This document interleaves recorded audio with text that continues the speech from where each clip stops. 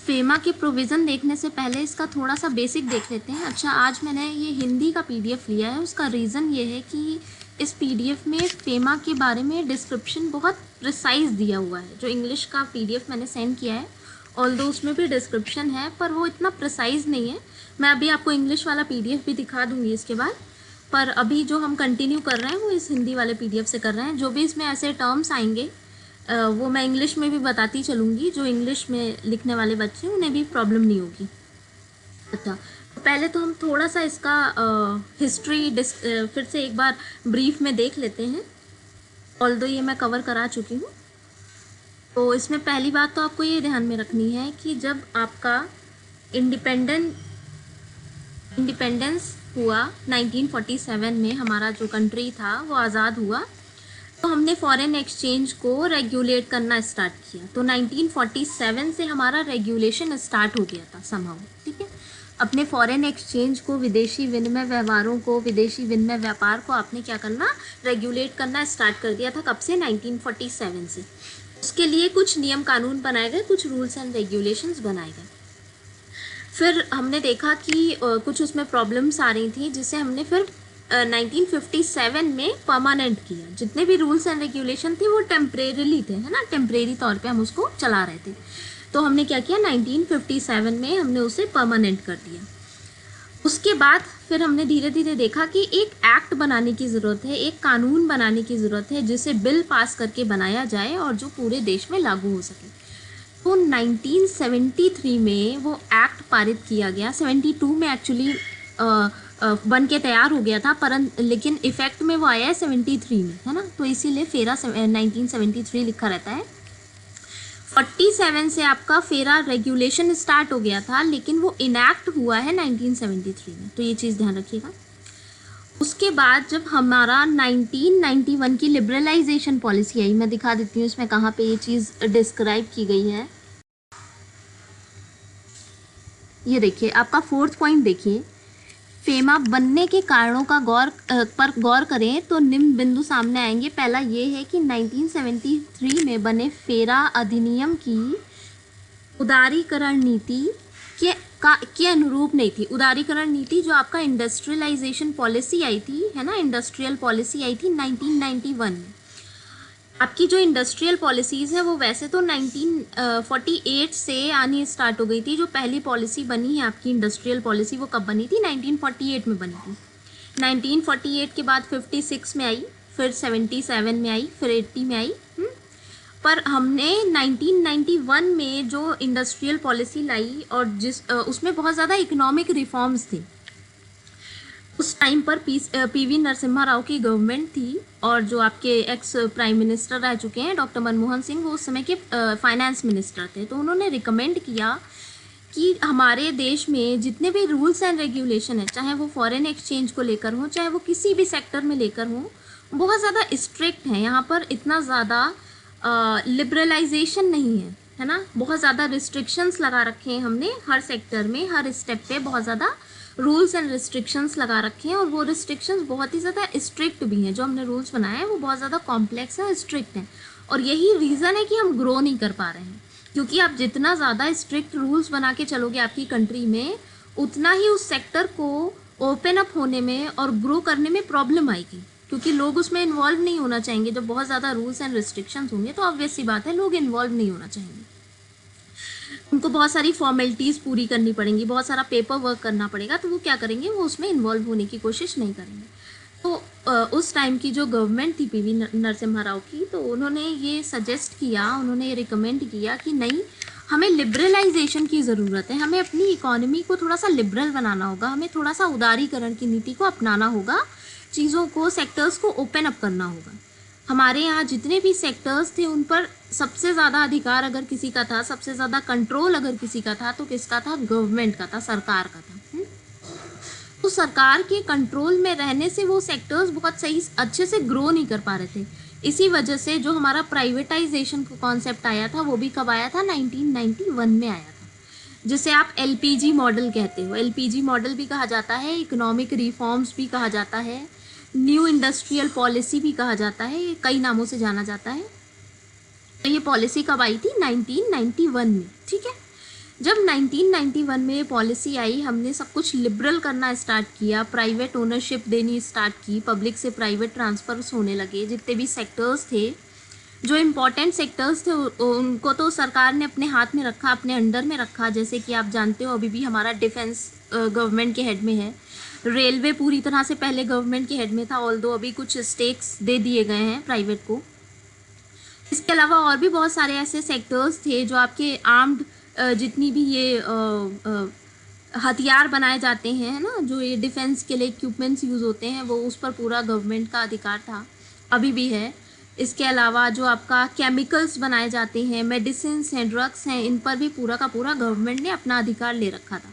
तो जो इम्पॉर्टेंट थे सेक्टर्स, जो बहुत ज़्यादा सिग्निफिकेंट थे सिक्योरिटी के पर्पज़ से और आपके जनहित के लिए, पब्लिक इंटरेस्ट के लिए, उनको तो गवर्नमेंट ने अपने हाथ में रखा। बाकी सेक्टर्स को क्या करा, प्राइवेटाइज कर दिया, प्राइवेट ओनरशिप में दे दिया, अपनी ओनरशिप से बाहर निकाल दिया। ठीक, पर फिर हमने देखा धीरे धीरे कि बाकी सेक्टर्स में तो ठीक है, हमने लिबरलाइजेशन कर दिया, हमने उदारीकरण की नीति अपना ली, हमने चीज़ों को प्राइवेट कर दिया और ग्लोबलाइज बनने लगे हम। बाहर की इंडस्ट्रीज़ को और फर्म्स को हमने ये दे दिया अधिकार कि ठीक है, आप आइए हमारे यहाँ बिजनेस करिए। हमने अपनी जो पॉलिसीज़ थी, जो अपने नियम कानून थे, उन्हें थोड़ा सा ईजी बना दिया। पर फिर हमने रियलाइज़ किया कि फॉरेन एक्सचेंज सेक्टर में तो हमने ऐसा नहीं किया है, क्योंकि हमारे कंट्री में क्या चल रहा था, फेरा चल रहा था। और फेरा के जो रूल्स थे वो बहुत ही ज़्यादा कॉम्प्लेक्स थे।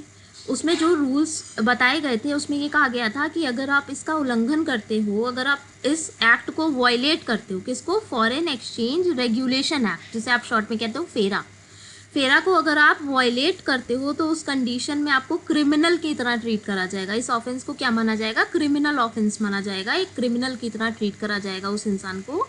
और इम्प्रिजमेंट तक की उसमें पनिशमेंट फिक्स की गई थी, किसी भी तरह की पेनाल्टी नहीं पड़ेगी, सीधे आपको जेल जाना पड़ेगा। तो हमने देखा कि रूल्स एंड रिस्ट्रिक्शंस तो हमारे बहुत ज़्यादा स्ट्रिक्ट है फॉरेन एक्सचेंज को लेके। तो हम बाकी सेक्टर्स में तो ग्रो कर रहे हैं, पर हमारे यहाँ बाहर से इन्वेस्टमेंट नहीं आ रहा है। बाहर के जो लोग हैं, विदेश की जो कंपनियां हैं, विदेश के जो इंपोर्ट एक्सपोर्ट करने वाले ट्रेडर्स हैं, वो हमारे यहाँ इन्वेस्ट करने के लिए तैयार नहीं है। और क्यों तैयार नहीं है, क्योंकि हमारे रूल्स एंड रेगुलेशन बहुत स्ट्रिक्ट हैं। फेरा ने इतने सारे उस पर रूल्स लगा दिए हैं, इतने सारे प्रतिबंध लगा रखे हैं कि वो लोग आकर इन्वेस्ट कर नहीं पा रहे हैं। और फॉरेन इन्वेस्टमेंट ना आने की वजह से हमारी ग्रोथ पे असर पड़ रहा था, क्योंकि बाहर बाकी जितनी भी कंट्रीज़ थी, अगर हम विश्व की बात करें तो वहाँ पे बहुत बड़े पैमाने पर विनियोग आ रहा था, विदेशी विनियोग आ रहा था, फॉरेन इन्वेस्टमेंट आ रहा था, और वो लोग अच्छी अच्छी अपनी परियोजनाएं स्टार्ट कर रहे थे और उसकी वजह से वो ग्रो कर रहे थे। पर हमारे देश में ऐसा नहीं था। तो हमने क्या करा, हमने कहा कि अच्छा ठीक है, हम क्या करते हैं, फेरा को रिप्लेस कर देते हैं, फेरा को रिप्लेस कर देते हैं, और एक्ट्स जो हमने बना रखे हैं, जो प्रोविज़न बना रखे हैं, रूल्स एंड रेगुलेशन बना रखे हैं, उनको थोड़ा सा ईजी कर देते हैं, जिससे लोग ईजिली उसमें डील आउट कर सकें, ईजिली उसको कन्वे कर सकें, है ना। तो हमने क्या करा, फेरा को रिप्लेस कर दिया। किससे रिप्लेस किया, फेमा से रिप्लेस किया। ये याद रखिएगा, फेरा रिप्लेस किया गया है फेमा से, है ना। करंट में जो हमारा एक्ट चल रहा है वो है फेमा, ठीक, फेरा खत्म हो चुका है।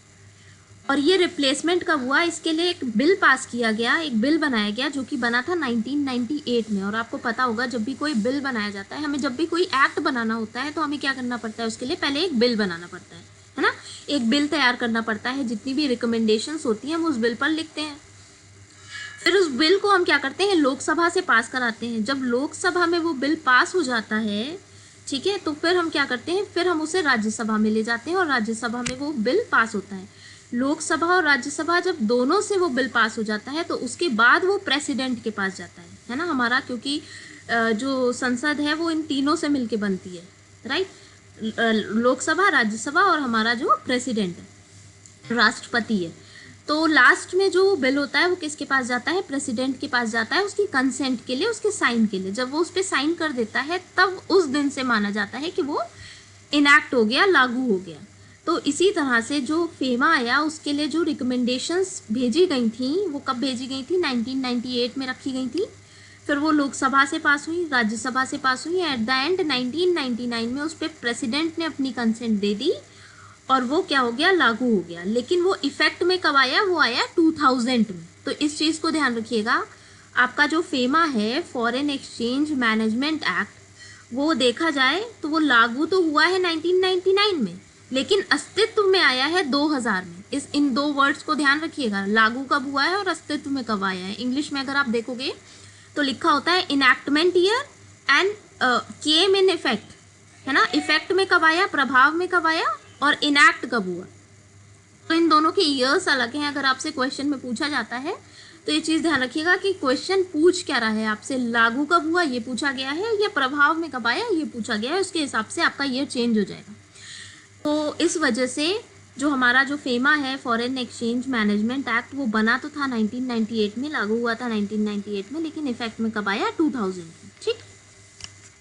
अच्छा, हिंदी की वाले जो पीडीएफ मैंने सेंड किया है उसमें ये कुछ बेसिक्स दिए हुए हैं, फेमा के कुछ बेसिक्स दिए हुए हैं जो मैंने ऑलरेडी लास्ट क्लास में ही कवर करा दिया था। ठीक है, तो ये मैं कवर नहीं कर रही हूँ, अभी डिटेल में नहीं देख रहे हैं। अच्छा, अब हम आते हैं इसके प्रोविजंस पे। देखिए सेकेंड लाइन इसमें ऊपर देखिए लिखा है 1 जून 2000 को इस अधिनियम फेमा को लागू किया गया। इस प्रतिबंध इस प्रतिबंध में विदेशी विनिमय के नियमन और प्रबंध के लिए अग्र प्रतिबंध लगाए गए। मतलब जो आपके प्रोविजंस हैं, जो आपके रिस्ट्रिक्शंस वगैरह लगाए गए हैं, वो इसमें डिफाइन किए गए हैं। इसमें देखिए सेक्शन 3 से इन्होंने डिफाइन करा है। इसमें ये बात को ध्यान रखिएगा कि सेक्शन 3 से पहले के जो 2 सेक्शन है, सेक्शन 1 और सेक्शन 2, कोई भी एक्ट जब बनता है तो उसमें जनरली सेक्शन 1 में उसकी एप्लीकेबिलिटी बताई जाती है। ये बताया जाता है कि ये सेक्शन लागू कहाँ पर होगा, किन लोगों पे लागू होगा। क्योंकि आप जब कोई भी एक्ट बना रहे हो तो सबसे पहला क्वेश्चन तो यही आया ना कि हमने ये एक्ट बनाया तो किसके लिए बनाया है ना, कहाँ पे लागू होगा। तो जितने भी एक्ट्स बनते हैं उसमें जो पहला सेक्शन होता है जनरली वो इसी चीज़ का होता है कि उसमें उसका टाइटल, उसकी एप्लीकेबिलिटी और उसका एक्सटेंट बताया जाता है कि इसकी सीमा कहाँ तक है, ये कहाँ तक इसका स्कोप क्या है, ये लागू कहाँ पे होगा। तो हमारा जो फेमा है फॉरेन एक्सचेंज मैनेजमेंट एक्ट, इसमें भी ये चीज़ ध्यान रखिएगा कि आपका ये एक्ट पूरे भारत पर, पूरे देश पे लागू होता है ना। जो फर्स्ट पॉइंट इसमें बताया गया था सेक्शन 1 में, वो ये बताया गया था कि हमारा जो एक्ट है ये पूरे देश पर लागू होगा। प्लस जो भारत के बाहर की जो कंपनीज हैं जो हमारे यहाँ बिजनेस कर रही हैं, है ना, उन पर भी ये एक्ट लागू होगा, क्योंकि वो बिजनेस तो हमारे यहाँ के कर रही है ना, तो इस वजह से उन पर भी ये एक्ट लागू होगा। इसके अलावा जो सेक्शन 2 है उसमें डेफिनीशंस बताई गई हैं। जो हमारा सेक्शन 2 है इस एक्ट का, उसमें डेफिनीशंस बताई गई हैं। क्योंकि आप जब कोई भी एक्ट बनाते हो तो उसमें बहुत सारे टर्म्स यूज़ होते हैं, है ना। जैसे कि आपने फॉरेन एक्सचेंज मैनेजमेंट एक्ट बनाया तो उसमें फॉरेन एक्सचेंज का क्या मतलब होगा, ऑथराइज्ड डीलर्स का क्या मतलब होगा, करेंसी का क्या मतलब होगा, इन सबको डिफाइन करना पड़ता है। क्योंकि इनका अगर देखा जाए तो इन टर्म्स की डेफिनीशन अलग अलग देशों में अलग अलग है ना, अलग अलग लोगों के लिए अलग अलग है। तो अगर आप उसको डिफाइन नहीं करोगे तो वो चीज़ बाद में फिर विवाद खड़ा करेगी। अगर आप कोर्ट में जाते हो तो फिर वहाँ पे प्रॉब्लम आएगी, आपके पास डिफाइन ही नहीं होगा कि जिस टर्म को आप यूज़ कर रहे हो उसको आखिर आप डिफाइन कैसे करोगे, क्योंकि एक्ट में तो बताया ही नहीं गया है। तो इस वजह से एक्ट का जो दूसरा सेक्शन होता है, चाहे वो कोई भी एक्ट हो, जनरली उसमें हम टर्मिनोलॉजी को एक्सप्लेन करते हैं, डेफिनीशंस को एक्सप्लेन करते हैं। आपने जिन टर्म्स को यूज़ किया है एक्ट में उसको हम डिफाइन करते हैं। तो ये 2 बेसिक सेक्शंस हैं, सेक्शन 1 और सेक्शन 2, जो लगभग हर एक्ट में एक समान होते हैं, सेम होते हैं। इस वजह से सेक्शन 1 और सेक्शन 2 यहाँ पे देखिए कवर भी नहीं किए गए हैं। जो मेन प्रोविजंस हैं इस एक्ट के वो बताए गए हैं कहाँ से, सेक्शन 3 से। तो देखिए पहला जो सेक्शन मतलब इसमें जो डिफाइन किया गया है पहला सेक्शन, जो कि एक्चुअली सेक्शन 3 है, उसमें हमने क्या बात की, उसमें विदेशी विनिमय के लेन देन पर प्रतिबंध की बात की गई है ना। मतलब जब हम फॉरेन एक्सचेंज का ट्रांजेक्शन करेंगे तो उस पर किस तरह के रिस्ट्रिक्शंस होंगे। ठीक है, restrictions on the transaction of foreign exchange, it talks section 3 talks about it. ठीक है, इसमें देखिए कौन कौन से पॉइंट्स बताए गए हैं। जो इसका फर्स्ट पॉइंट है, इसमें लिखा है विदेशी प्रतिभूति में लेन देन अथवा हस्तांतरण अधिकृत व्यक्ति के अलावा किसी अन्य व्यक्ति से नहीं किया जा सकता। क्या बताया गया है इसमें, ये बताया गया है कि अगर आपको विदेशी प्रतिभूति, अगर आपको फॉरेन सिक्योरिटीज़ में किसी भी तरह का कोई लेन देन करना है, किसी भी तरह का कोई एक्सचेंज करना है, ट्रांजैक्शन करना है, तो उसके लिए आपको किसकी ज़रूरत पड़ेगी, ऑथराइज्ड डीलर की ज़रूरत पड़ेगी। ऑथराइज्ड डीलर आपको याद आ रहा होगा, ये टर्म मैंने पहले भी बताया था जब फेमा बताया था। ऑथराइज डीलर एक इंटरमीडियरी की तरह काम करता है। जिसे करेंसी खरीदनी है वो क्या करेगा, या तो वो सीधे सेंट्रल बैंक के पास जा सकता है ना। अगर वो सेंट्रल बैंक के पास नहीं जा रहा है तो वो किसके थ्रू खरीद सकता है, वो ऑथराइज डीलर के थ्रू खरीद सकता है। अगर बेचना है या खरीदना है, किसी भी तरह की आपको डीलिंग करनी है फॉरेन एक्सचेंज में, तो आप क्या कर सकते हो, ऑथराइज डीलर्स के थ्रू डीलिंग कर सकते हो। ऑथराइज डीलर्स कौन होते हैं, वो डीलर्स होते हैं, वो लोग होते हैं जिन्हें रिजर्व बैंक ऑफ इंडिया ये अधिकार देता है कि ठीक है आप फॉरेन एक्सचेंज में डीलिंग कर सकते हो। मतलब उन्हें एक तरह से लाइसेंस दिया जाता है डीलिंग करने का, है ना। कोई भी व्यक्ति, कोई भी इंसान उठ के ऐसे फॉरेन एक्सचेंज में डील नहीं कर सकता, खरीद बेच नहीं सकता, रिजर्व नहीं रख सकता अपने पास। कुछ व्यक्तियों को, कुछ लोगों को ये ऑथराइजेशन दिया जाता है, ये लाइसेंस दिया जाता है, जो गवर्निंग बॉडी है हमारी रिजर्व बैंक ऑफ इंडिया उसकी तरफ से, और वही लोग फॉरेन एक्सचेंज में क्या कर सकते हैं, डीलिंग कर सकते हैं। ठीक है, तो जो इसका पहला पॉइंट है हमारे सेक्शन 3 का, वो क्या बताता है, वो ऑथराइज डीलर के सिग्निफिकेंस को बताता है, ऑथराइज डीलर्स के रोल को बताता है, ऑथराइज डीलर की प्रेजेंस को बताता है कि हमें किसी भी डील के लिए, अगर आपको हमें किसी भी तरह से फॉरेन एक्सचेंज में डीलिंग करनी है, फॉरेन सिक्योरिटीज़ में डीलिंग करनी है, तो आपको किसकी ज़रूरत पड़ेगी, ऑथराइज डीलर की ज़रूरत पड़ेगी। आप उसके थ्रू डील कर सकते हो। ठीक है, उसके बाद बताया भारत के बाहर के निवासी या व्यक्ति को भुगतान या साख नहीं दिया जा सकता। भारत के बाहर के निवासी या व्यक्ति को, है ना, भारत का बाहर का निवासी यानी कि जो हमारा एनआरआईज होंगे, है ना, जो यहाँ के निवासी नहीं है, किसी अन्य देश के निवासी हैं, उन्हें हम डायरेक्टली पेमेंट नहीं कर सकते, है ना। अगर आप डायरेक्टली दे रहे हो या जो चैनल्स बनाए हैं रिजर्व बैंक ऑफ इंडिया ने उनको अप्लाई नहीं कर रहे हो, उनके अलावा किसी चैनल के थ्रू दे रहे हो, तो वो किस में आ जाता है, वो हवाला में आ जाता है, इलीगल ट्रांजैक्शन कहलाता है। हवाला वर्ड सुना होगा आपने, हवाला में आ जाता है और इलीगल ट्रांजैक्शन कहलाता है। उसके लिए पनिशमेंट भी फिक्स की गई है। ठीक है, तो आपको क्या करना होगा, जो प्रॉपर चैनल्स बनाए गए हैं, जो ऑथराइज डीलर्स बनाए गए हैं, उनके ही थ्रू आप डीलिंग कर सकते हो। ऐसे डायरेक्ट पेमेंट नहीं कर सकते, किसी भी तरह से उन्हें क्रेडिट नहीं दे सकते, उधार नहीं दे सकते, और ना ही उन्हें कोई पेमेंट कर सकते हो। ठीक है, उसके बाद देखिए, भारत के बाहर स्थित किसी संपत्ति के संबंध में भारत में प्रतिफल स्वरूप कोई वित्तीय सौदा नहीं होगा।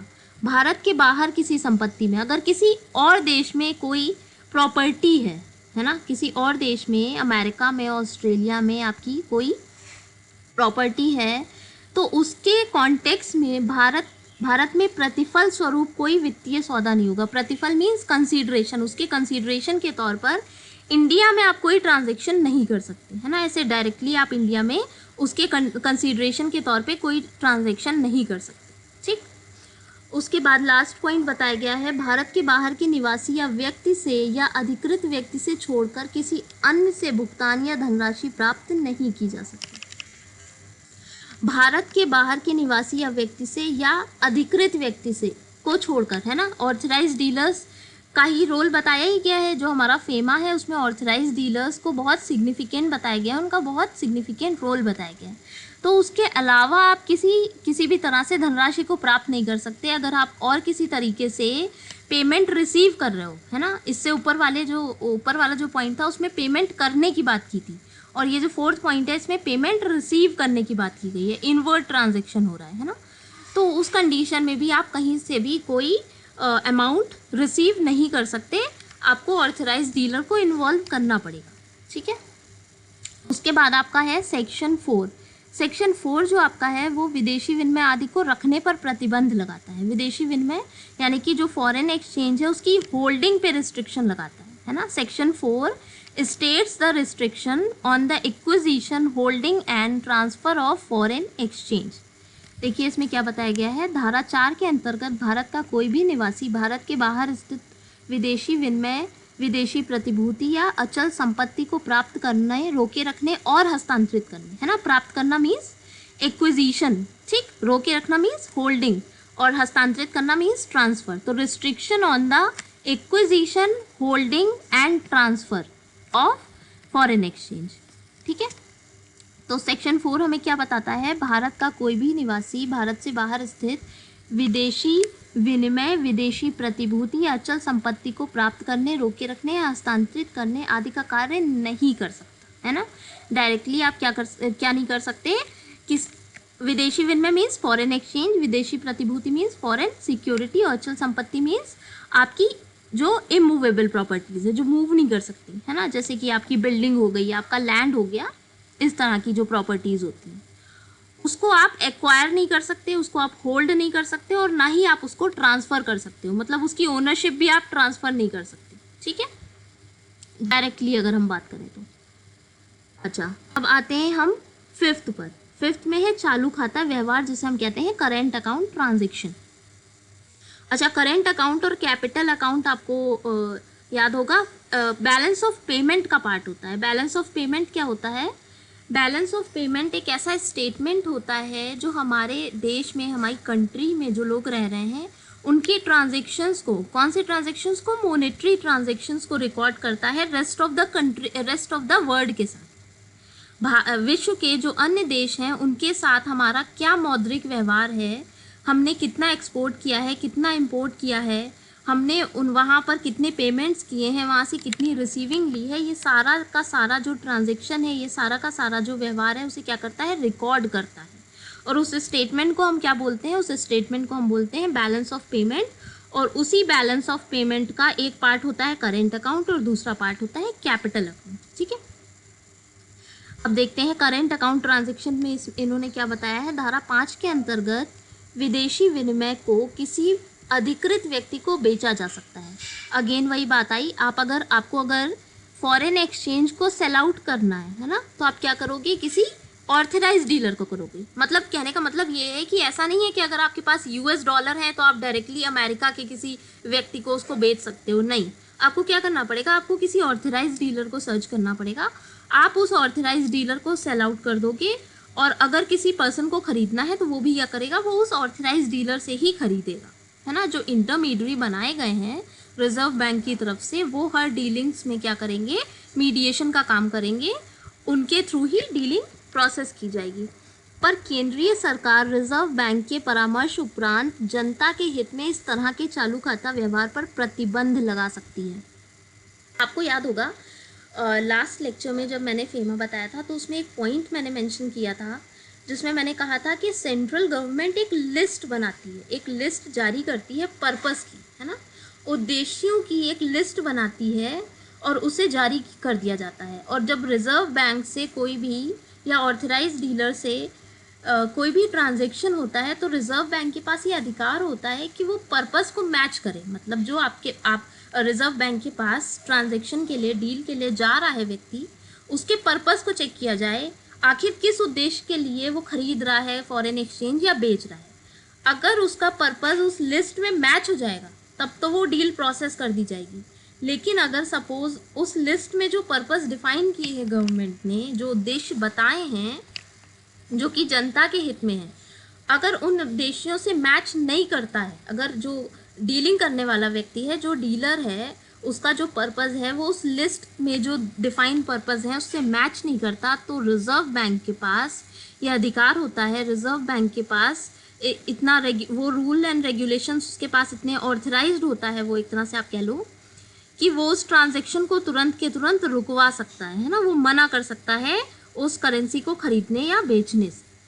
तो यहाँ पर इस सेक्शन में, सेक्शन 5 में बस यही बताया गया है कि अगर आपका ट्रांजैक्शन आप ऑथराइज्ड पर्सन के थ्रू भी कर रहे हो, लेकिन अगर वो जनता के हित में नहीं है ना, आपका जो पर्पस है वो किसी तरह से इलीगल है, वो गलत है, तो रिजर्व बैंक के पास ये अधिकार है कि वो आपके उस ट्रांजैक्शन को रुकवा सकता है तुरंत, है ना। इसीलिए देखिए लिखा है केंद्रीय सरकार रिजर्व बैंक के परामर्श के उपरांत जनता के हित में इस तरह के चालू खाते व्यवहार पर प्रतिबंध लगा सकती है। ठीक, ऐसा नहीं है कि आप ऑथराइज डीलर के थ्रू जा रहे हो और प्रॉपर चैनल्स हैं आपके तो वो ट्रांजैक्शन प्रोसेस ही हो जाएगा। डिपेंड करता है कि आप किस पर्पस से कर रहे हो। अगर आप इंपोर्ट एक्सपोर्ट के लिए कर रहे हो तो ठीक है, लेकिन इंपोर्ट एक्सपोर्ट भी किस चीज़ का कर रहे हो? किसी गलत चीज़ का, किसी इलीगल चीज़ का, या कोई ऐसा गुड्स एंड सर्विस तो नहीं है जो बैन है आपकी कंट्री में। अगर उसके इंपोर्ट एक्सपोर्ट के लिए आपको करेंसी चाहिए तो ऑब्वियस सी बात है, जो आपके देश की सरकार है, जो आपकी सेंट्रल गवर्नमेंट है, जो आपका सेंट्रल बैंक है, वो क्या करेगा? उस डील को तुरंत के तुरंत रद्द कर देगा,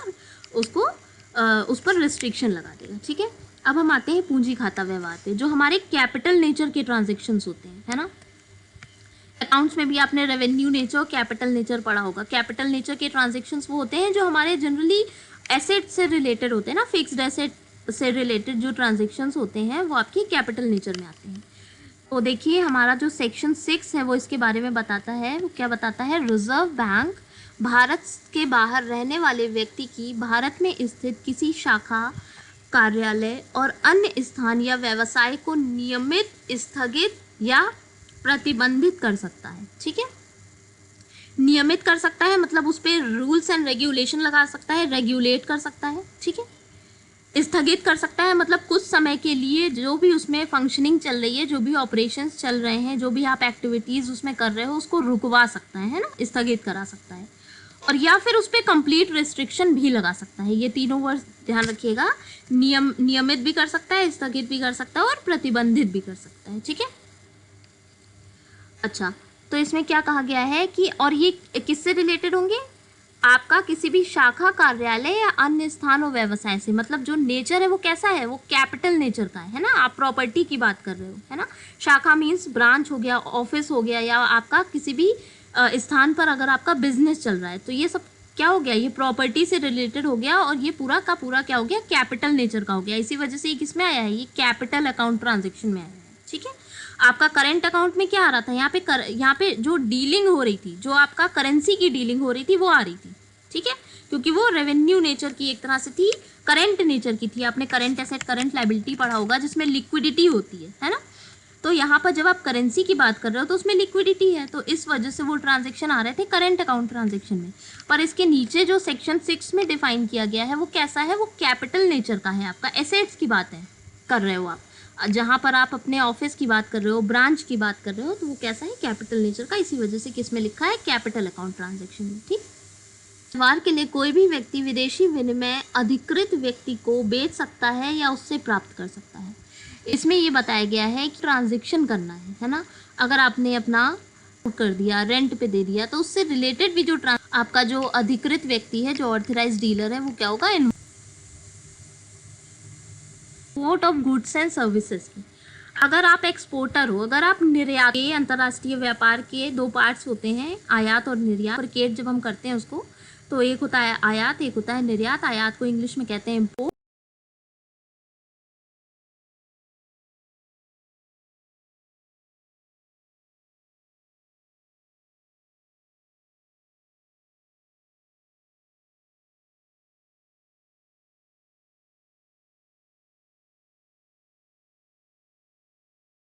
और निर्यात कहते हैं एक्सपोर्ट। इसमें आप क्या पढ़ते हो? इसमें आप देखते हो कि जब आयात करने का क्या मतलब हुआ? जब आप अपने देश में कुछ खरीद के ला रहे हो, बाहर से जब कोई वस्तु आ रही है ना, बाहर से कुछ हम खरीदेंगे तो हमें क्या करना पड़ेगा? उसके बदले में पेमेंट करनी पड़ेगी। और एक्सपोर्ट में क्या आएगा? एक्सपोर्ट या निर्यात में आएगा जब आप अपने देश से कुछ सामान बाहर बेचते हो। कोई भी सामान है, कोई भी सेवा है ना, तो उसे अगर आप बेच रहे हो तो वो किसकी कैटेगरी में आएगा? वो आएगा आपका एक्सपोर्ट की कैटेगरी में।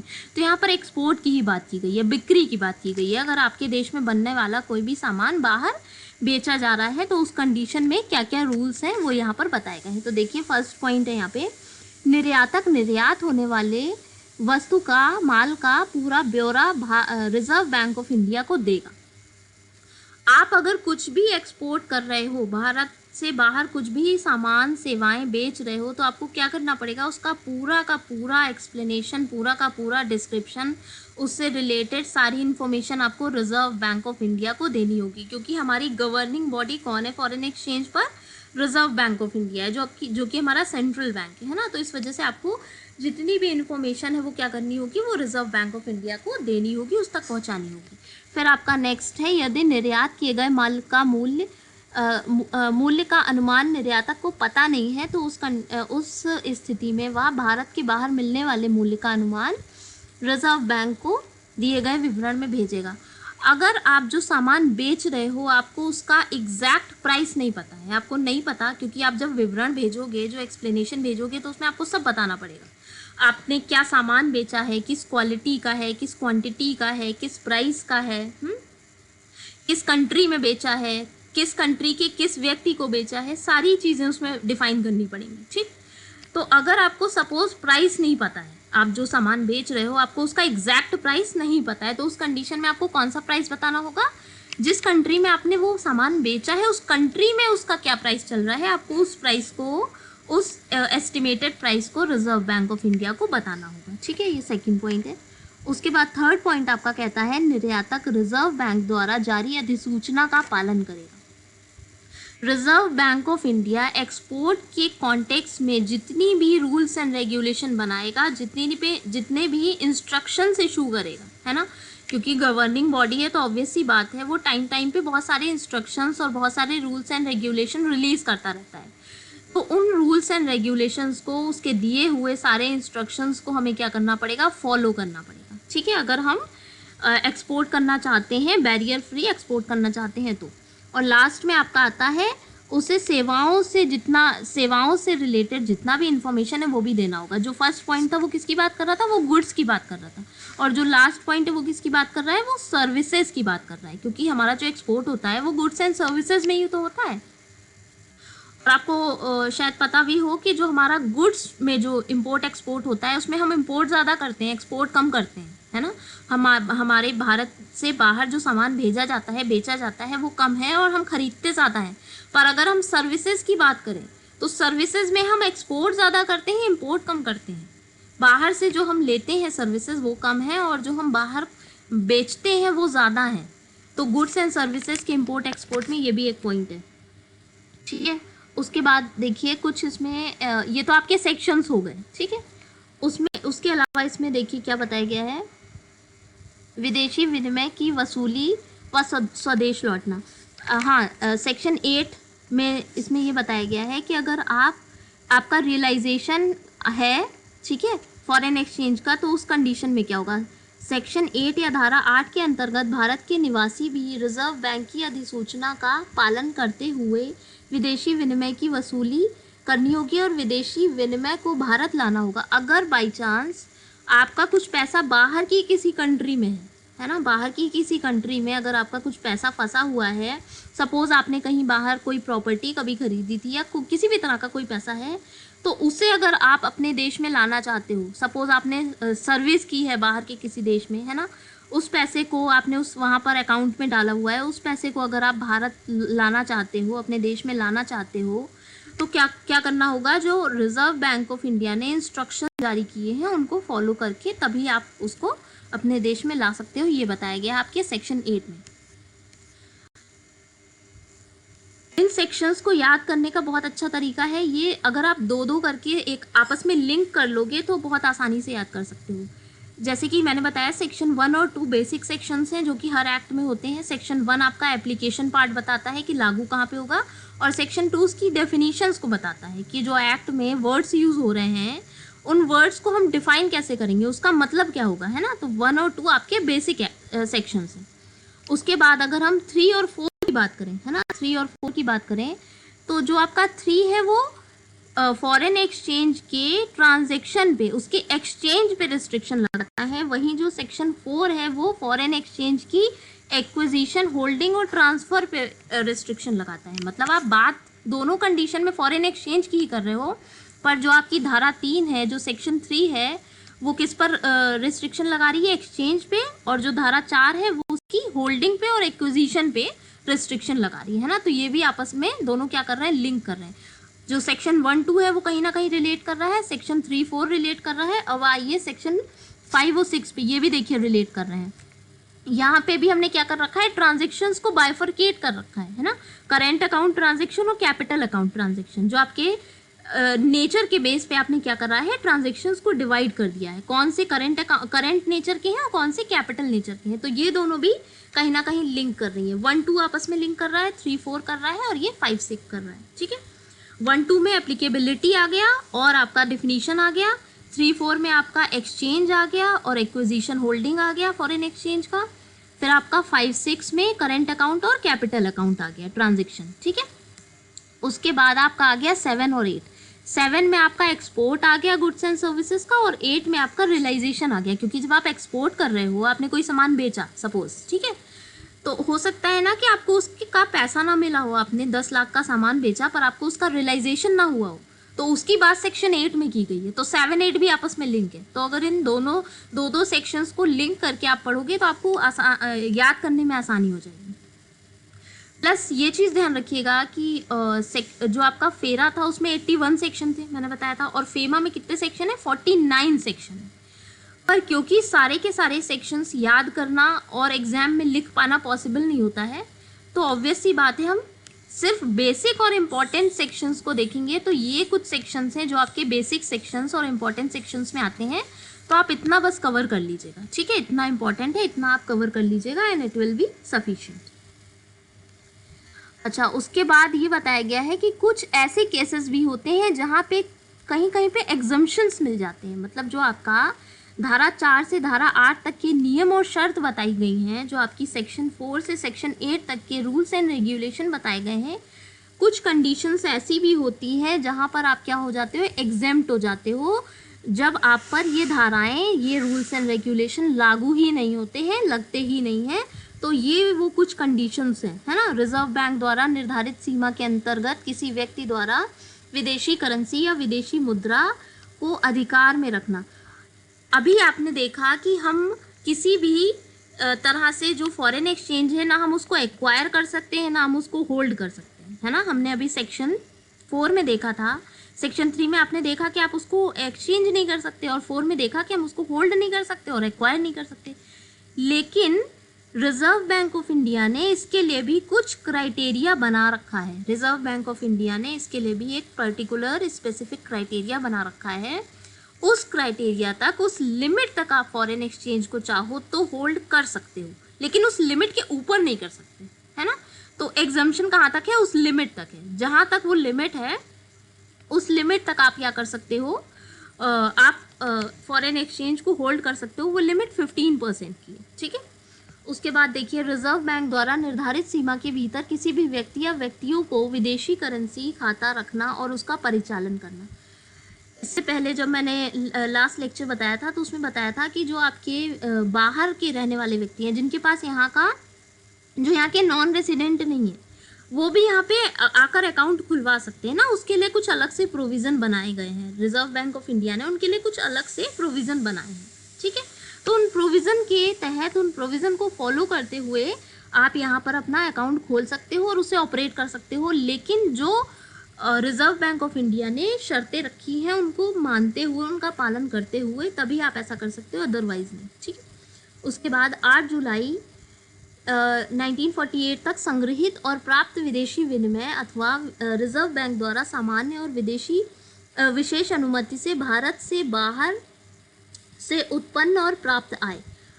आपको ये बताया गया है इस एक्ट में कि जो 1948 से पहले की जो प्राप्त की हुई आय हैं, अगर किसी व्यक्ति ने 1948 से पहले कुछ संग्रह किया था, सपोज नौकरी की थी और कुछ उसने अकाउंट खोला था, वहाँ पे उसने कुछ अपना पैसा जमा किया था, या फिर उसने कोई सपोज कहीं से उसे कोई फॉरेन एक्सचेंज, फॉरेन करेंसी मिली थी, तो उस केस में आप क्या कर सकते हो? उसे भारत में ला सकते हो, प्राप्त कर सकते हो। और या फिर दूसरी कंडीशन ये है कि कुछ केसेस में आप रिजर्व बैंक ऑफ इंडिया से स्पेशल ऑर्डर निकलवा सकते हो, है ना? वहाँ से एक स्पेशल परमिशन निकलवा सकते हो, और अगर आपको स्पेशल परमिशन मिल जाती है रिजर्व बैंक ऑफ इंडिया से, तो उस केस में भी आप क्या कर सकते हो?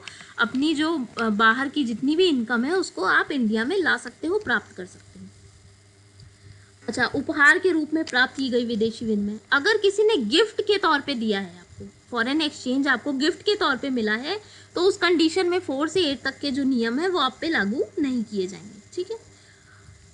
अन्य किसी रूप में प्राप्त विदेशी विनिमय जो कि रिजर्व बैंक स्पष्ट रूप से स्पष्ट क्लैरिफिकेशन दे देता है। रिजर्व बैंक ऑफ इंडिया विदेशी विनिमय पे, फॉरेन एक्सचेंज पे अपना क्लैरिफिकेशन दे देता है। वो कह देता है कि हाँ ठीक है, आप इस फॉरेन एक्सचेंज को एक्वायर कर सकते हो, होल्ड कर सकते हो, तो उस केस में भी आप क्या कर सकते हो? उस फॉरेन एक्सचेंज को अपने पास रख सकते हो। तो ये कुछ चीज़ें बताई गई हैं आपके फॉरेन एक्सचेंज मैनेजमेंट एक्ट में, फेमा में। फेमा के ये कुछ इंपॉर्टेंट प्रोविजंस थे, तो इन्हें याद रखिएगा, लिंक करके पढ़िएगा तो आपको आसानी होगी याद रखने में। प्लस इसके कुछ जो बेसिक चीज़ें हैं, जैसे फेमा का जो बिल था वो 1998 में आया था, 1999 में लागू हुआ था, 2000 में इसको प्रभाव में लाया गया था, ठीक है? फेमा कहाँ से आया है? फेरा से आया है। फेरा बना था, फेमा कोई नया एक्ट नहीं है ना, फेमा कोई नया एक्ट नहीं है, इसकी ओरिजिन कहाँ से है? फेरा से है। फेरा को रिप्लेस करके फेमा आया है, ये पॉइंट भी ध्यान में रखिएगा। और इसकी जो एप्लीकेबिलिटी है वो होल ऑफ द इंडिया पे है। जब ये बना था, जैसे कि बहुत से एक्ट के बारे में आपने सुना होगा कि जम्मू कश्मीर पे लागू नहीं होते थे पहले, ऑल्दो अब तो होने लगे हैं, पहले नहीं होते थे, पर इस एक्ट में ऐसा कुछ नहीं था, ये होल ऑफ इंडिया पे एप्लीकेबल होता था हमेशा से। तो ये कुछ इंपॉर्टेंट प्रोविजंस थे, इंपॉर्टेंट पॉइंट्स थे आपके फेमा को लेकर। अब मैं इसी का आपको इंग्लिश वर्जन सिर्फ दिखा देती हूँ, डिस्क्राइब तो मैंने कर ही दिया है और क्लास का टाइम भी ओवर हो गया है। मैं आपको सिर्फ दिखा देती हूँ, जो बच्चे इंग्लिश में लिखते हैं उन्हें प्रॉब्लम ना हो।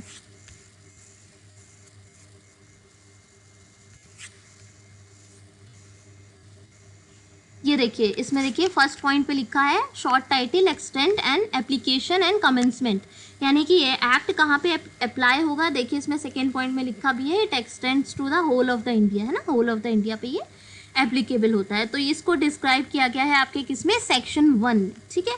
फिर सेक्शन 2 देखिए डेफिनेशंस बता रहा है, ठीक है, डेफिनेशंस बता रहा है, जो टर्म्स आपने यूज़ की हैं, इन डेफिनेशंस को याद करने की कोई ज़रूरत नहीं है, सिर्फ आपको इतना पता होना चाहिए कि सेक्शन 2 डेफिनेशंस को एक्सप्लेन करता है।